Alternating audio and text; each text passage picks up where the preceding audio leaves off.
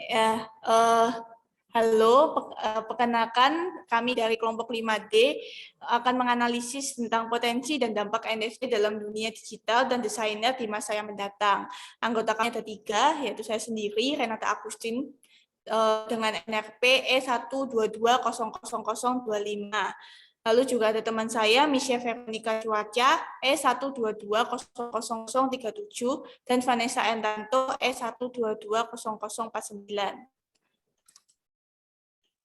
Nah, jadi menurut data Hotsuite di Sosial Indonesian Digital Report tahun 2022 ini, terdapat 204,7 juta pengguna internet dan 191,4 juta pengguna aktif sosial media dari total populasi penduduk di Indonesia yang tercatat 277,7 juta penduduk. Nah, hal ini tuh menunjukkan bahwa di zaman ini itu banyak sekali orang-orang yang sudah menggunakan internet dan sudah bergantung dengan sosial media, bahkan dalam pekerjaan ataupun dalam hiburan. Lalu juga tercatat bahwa terdapat peningkatan 12,6% pengguna aktif sosial media dibandingkan dengan tahun 2021 sebelumnya. Nah, nggak hanya orang awam biasa, melainkan seniman dan desainer pun sudah mengikuti zaman. Jadi mereka sudah mulai menggunakan teknologi seperti sosial media untuk mengupload karyanya di sosmed gitu, supaya untuk mempromosikan karyanya kepada orang-orang lain. Nah, mereka juga akhirnya sudah mulai berpindah ke karya digital, tapi dengan karya digital ini yang di-share ke sosial media itu membuat adanya resiko pencurian karya atau plagiarisme, karena mudahnya orang-orang untuk mengakses sosial media dan juga dapat mengambil gambar seseorang dengan hanya screen capture aja. Lalu screen capture-an itu bisa dimanipulasi sehingga diakui menjadi punyanya orang lain, padahal itu punyanya seniman gitu, atau seorang seniman lain gitu. Nah, jadi hal ini tuh sangat merugikan banyak sekali desainer maupun seniman-seniman yang berada di Indonesia. Lalu juga selain itu di Indonesia seniman-seniman itu masih dipandang sebelah mata, sehingga pendapatannya pun masih kurang di bawah rata-rata gitu. Jadi masih banyak seniman yang malah beralih ke pekerjaan lain karena merasa bahwa pekerjaannya mereka ini masih belum bisa mencukupi kehidupan mereka masing-masing. Namun sejak adanya kasus Gozali yang meraup banyak keuntungan dengan menjual foto selfie-nya di NFT, sejak saat itulah orang-orang mulai mengenal NFT. Nah, NFT ini itu dikatakan bahwa dapat memberikan banyak keuntungan, sehingga para seniman pun mulai tertarik untuk mengupload karyanya di NFT. Nah, NFT ini apa sih? NFT ini itu merupakan non-fungible token yang merupakan turunan dari cryptocurrency seperti Bitcoin. Berbeda dengan Bitcoin yang memiliki harga pecahan mutlak yang punya nilai yang sama satu sama lain, NFT ini itu tidak memiliki nilai atau pecahan yang sama, sebab NFT ini sendiri merupakan aset atau barang yang ditukarkan dengan mata uang ETH atau Ethereum yang dapat sewaktu-waktu berubah. Sehingga nilai satu NFT dengan NFT lainnya itu berbeda dan tidak sama, karena ya suatu benda itu bisa saja bernilai berbeda setiap setiap kreator pasti setiap aset pasti memiliki harga yang berbeda-beda sesuai pendapatnya orang-orang. Lalu aset yang ditukarkan dalam bentuk NFT ini juga menjadi bukti hak kepemilikan dan hanya dimiliki oleh sang kreator atau yang pertama kali membuat. Jadi sehingga ketika desainer ini memasukkan karyanya dalam bentuk NFT, maka karyanya ini tuh langsung diakui bahwa itu karyanya dia sendiri dan itu nggak bisa diplagiarisme, sehingga Oleh karena itu, sekarang lagi maraknya banyak seniman-seniman maupun desainer muda yang menggunakan NFT untuk kesempatan ini. Nah, NFT ini awalnya digambarkan sebagai colored coins yang dibuat oleh seseorang. Jadi awalnya NFT ini itu punya konsep seperti Bitcoin blockchain. Nah, colored coins ini itu merupakan metode penataan yang atau pengaturan aset digital di dunia nyata melalui blockchain untuk membuktikan hak kepemilikan seseorang terhadap aset digitalnya. Lalu pada tahun 2014, seorang digital artist bernama Kevin McCoy membuat karya NFT kuantum atau token kuantum yang berbentuk pixelated octagon atau segi 8 dengan style pixel.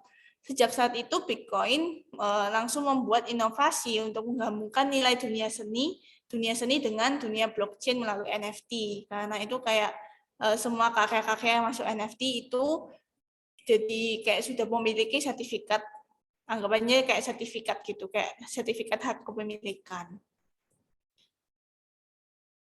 Nah, rumusan dan tujuan masalah, rumusan masalahnya bagaimana potensi NFT bagi dunia digital art saat ini dan di masa yang mendatang. Lalu juga kita membahas bagaimana sih NFT ini itu dapat berdampak positif bagi para seniman dan desainer di masa digital saat ini. Lalu tujuan penelitian ini mengetahui potensi NFT di dunia marketing digital, lalu memberikan informasi tentang dampak positif NFT terhadap desainer atau seniman di masa modern saat ini dan di masa yang mendatang, seperti adanya hak atas kepemilikan karya, sumber pendapatan baru, dan representasi digital atas karya yang diciptakan. Nah, kemudian penelitian ini menggunakan penelitian kualitatif dengan menggunakan metode dokumentasi. Dokumentasi berasal dari kata dokumen, artinya pengumpulan data dilakukan dengan cara menggali dan menganalisis informasi melalui dokumen yang telah dibuat oleh subjek ataupun oleh orang lain mengenai subjek. Dokumen-dokumen tersebut dapat berupa tulisan, gambar, ataupun dalam bentuk video. Data-data yang sudah dikumpulkan itu kemudian dirangkum sehingga menghasilkan sebuah kesimpulan mengenai potensi NFT di dalam dunia digital dan desainer. Populasi dari penelitian ini adalah potensi dan dampak dari platform NFT. Dari populasi tersebut diambil sampel dengan menggunakan teknik purposing sampling, yaitu penentuan sampel dengan menggunakan pertimbangan tertentu. Sampel yang digunakan adalah potensi dan dampak NFT, terutama di dalam dunia digital dan desainer, di masa sekarang hingga di masa yang akan datang.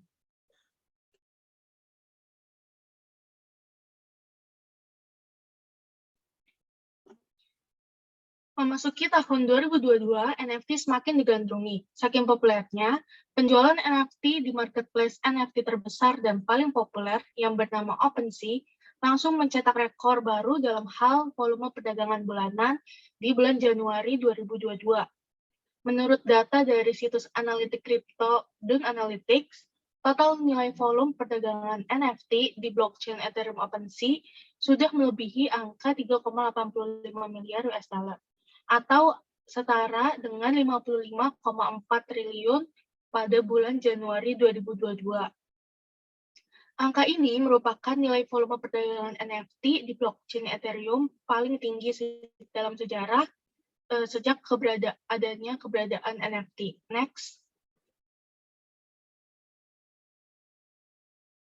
Dapat dilihat dari grafik di atas di slide, diperlihatkan bahwa volume perdagangan NFT yang semakin besar dari waktu ke waktu.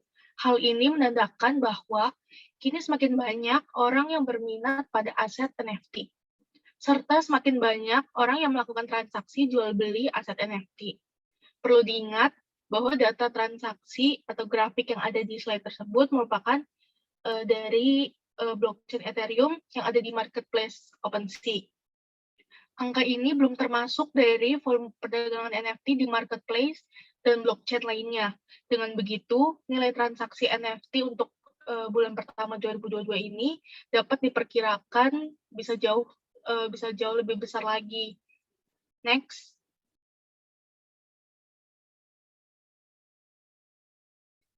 Teknologi blockchain memberikan peluang bagi seniman ataupun kreator konten untuk melakukan monetasi terhadap karya yang mereka produksi. Sebagai contoh, seorang seniman ataupun kreator konten tidak lagi bergantung pada galeri seni ataupun lembaga lelang seni untuk melakukan penjualan terhadap karya seni mereka. Melalui NFT Marketplace, seniman dapat melakukan penjualan secara langsung ke calon pembelinya dalam bentuk aset digital. Hal tersebut memberikan kemungkinan untuk mendapatkan keuntungan yang lebih banyak dibandingkan melalui cara konvensional. Next. Menurut Ketua Umum Asosiasi Pedagang Aset Kripto Indonesia, Teguh Kurniawan Harmanda, yang juga merupakan Chief Operating Officer Toko Kripto, mengungkapkan karena sifatnya yang unik dan tidak dapat diubah, NFT dapat menjadi salah satu cara menghindari praktik pemalsuan karya digital. Next.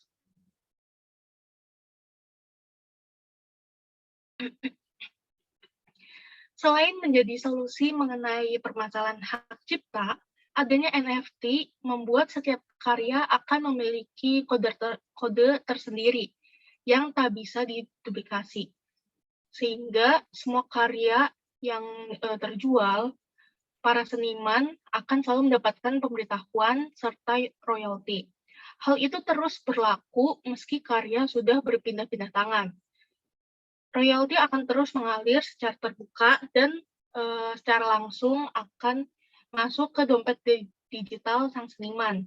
Selain itu, permasalahan lainnya yang biasa sering dihadapi oleh seniman adalah mengenai harga.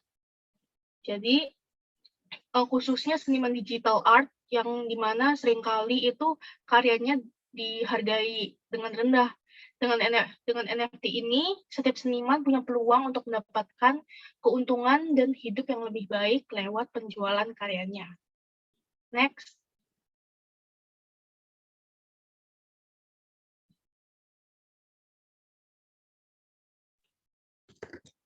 Berdasarkan hasil penelitian dan pembahasan yang telah dilakukan tadi, dapat ditarik kesimpulan sebagai berikut. NFT memiliki potensi untuk terus naik. Kenapa? Karena jika dilihat pada grafik, peminat NFT dan transaksi yang terjadi pada NFT semakin naik dari waktu ke waktu. Di samping melihat data grafik perdagangan NFT yang terus meningkat, NFT memiliki potensi bagi dunia desainer karena NFT dapat menjadi salah satu cara untuk menghindari praktik pemalsuan karya seni digital. Hal ini disebabkan karena NFT memiliki sifat yang unik dan tidak dapat diubah, karena NFT memberikan hak kepemilikan paten kepada karya-karya yang diunggah oleh seniman atau pemilik aslinya. Sekian presentasi dari kami, terima kasih.